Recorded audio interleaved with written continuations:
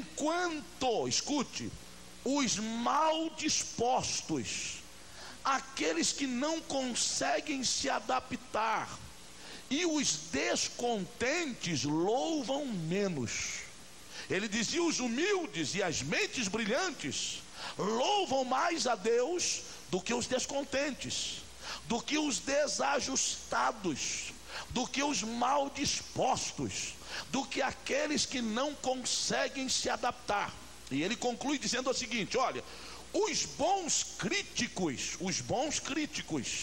sempre encontram alguma coisa para louvar em muitas obras imperfeitas. O bom crítico, mesmo tendo nas mãos uma obra imperfeita, ele vai encontrar nela alguma coisa para dar o seu voto de louvor. E ele conclui dizendo: os maus, diferentemente dos bons críticos, eles continuamente diminuem a lista dos aceitáveis.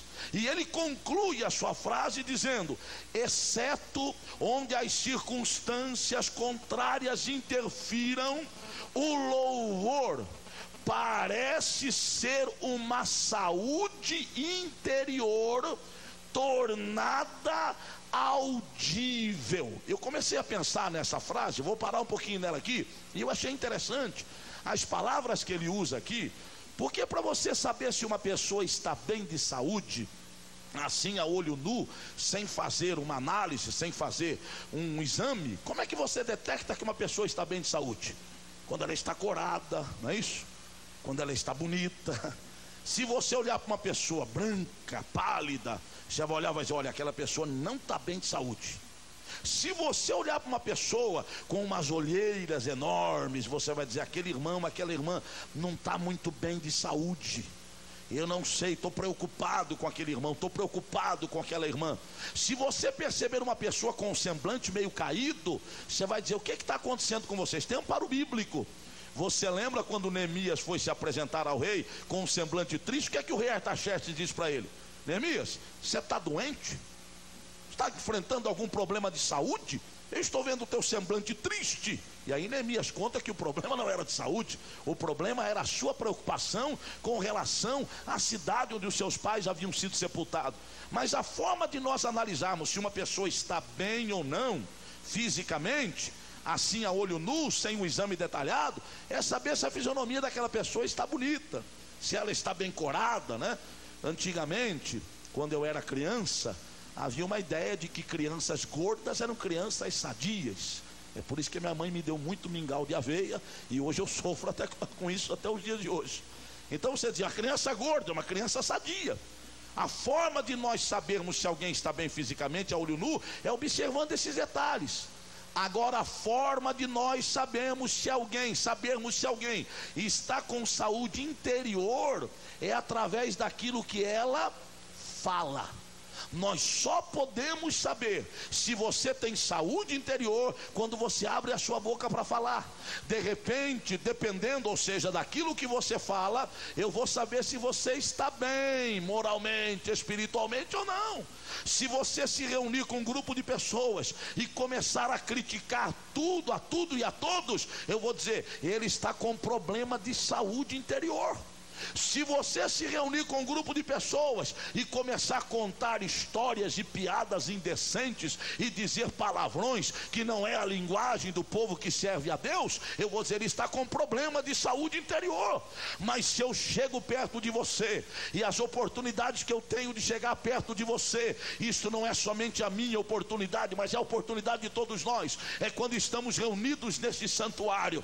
Se você abre a sua boca e se você louva a Deus, eu digo: aquele irmão está com a saúde interior perfeita. Ele veio para adorar a Deus, e quando ele adora a Deus, ele está querendo dizer: interiormente eu estou bem, porque eu estou tendo condições de adorar e de glorificar a Deus. Há um amparo bíblico para isso. Vocês se lembram de Herodes? Herodes, após fazer aquela prédica, aquele sermão extraordinário que ele fez, ele recebe uma série de elogios. As pessoas dizem, isso não é voz de homem, isso é voz de Deus. O homem não fala desse jeito. Esse homem tem uma sabedoria extraordinária. O que é que você faria, meu irmão? O que é que você faria, minha irmã, se fosse dado a você uma oportunidade de entregar aqui uma palavra, de falar ou contar um testemunho, ou de cantar um hino, e quando você terminasse a sua oportunidade, alguém dissesse, nossa, aquilo é uma coisa extraordinária, a sabedoria que aquela irmã tem, a sabedoria que aquele irmão tem, olha o que ele falou ali, não foi nem ele que falou, aquilo é voz de Deus. O que é que você faria?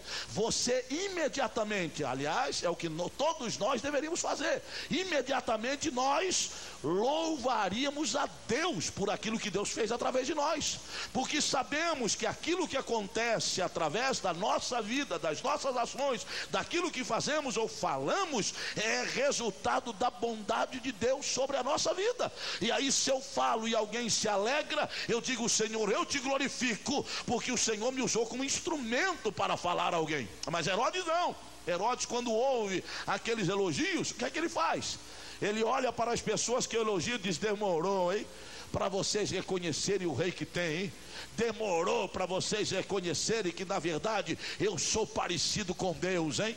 E não adorou a Deus. O que aconteceu? Ele deu prova de que interiormente ele estava enfermo, interiormente ele estava doente, a ponto de não conseguir louvar a Deus. O que aconteceu com Herodes por causa disso? Morreu. Deus permitiu que vermes suscitassem na terra e devorassem Herodes. Morreu porque não soube dar glória a Deus. Você olhava para Herodes, fisicamente devia estar muito bem, um rei tratado com as melhores comidas, com as melhores iguarias. Você olhava para ele, era um semblante que todo mundo gostaria de ter, mas interiormente estava enfermo. Mas em contrapartida, você vai lá para o interior do cárcere em Filipos, você encontra lá Paulo e Silas, com o corpo todo machucado. Olhando para eles, certamente você ia dizer, esses homens não estão bem fisicamente, os olhos marcados pelas olheiras do sofrimento, o corpo todo ferido. Mas perto da meia-noite, não obstante estarem presos ao tronco, eles abriram a sua boca e começaram a louvar a Deus. E aí o que Deus faz? Herodes não soube adorar a Deus e morreu. Paulo e Silas adoraram a Deus e o Senhor os livrou da morte. Eles estavam lá talvez para serem sacrificados, mas no momento em que eles adoraram a Deus, o Senhor disse, não, eu não posso permitir que seja levado à morte alguém que tem saúde interior perfeita. Eu vou mandar um terremoto lá no cárcere e vou livrá-los, e eles são libertos pela poderosa mão do Senhor nosso Deus. Então, queridos, louvor é sinal de saúde interior. Se você tem saúde interior, os seus lábios estão prontos para adorar e para glorificar o nome de Jesus Cristo. Quer saber se um irmão está bem espiritualmente? Procure observá-lo durante o tempo do culto, se ele tem liberdade para adorar a Deus. No momento em que ele adora a Deus, você diz, esse irmão, espiritualmente, interiormente, ele está sadio, não há doença dentro dele, porque nada consegue fechar a boca de alguém que tem saúde interior quando ele vem ao santuário. Mas ele solta a sua voz e ele glorifica a Deus, porque a saúde interior nos leva a adorar ao Senhor. Dá para dizer amém ou é difícil? Aí existem pessoas que dizem, não pastor, peraí, cada pessoa tem a sua própria reação, seu comportamento. Eu sou um tanto calado, eu concordo com você, entendo o seu espírito reservado, mas eu não posso admitir que diante da presença de Deus, ninguém consiga abrir a sua boca para adorar o Senhor. Salmo 103 é muito claro, isso não é uma orientação, isso é uma determinação. Diz o seguinte, o salmista Davi diz, bendize o que? Ó minha alma ao Senhor, e tudo que há em mim, faça o que? Bendiga o seu santo nome. Verso 2 ele volta a repetir, bendize ó minha alma ao Senhor, e não te esqueças de nenhum dos teus benefícios. Escute bem, queridos, hoje, presentemente, neste momento, você pode estar passando uma situação de aperto, mas nem isto é motivo para que você não louve a Deus.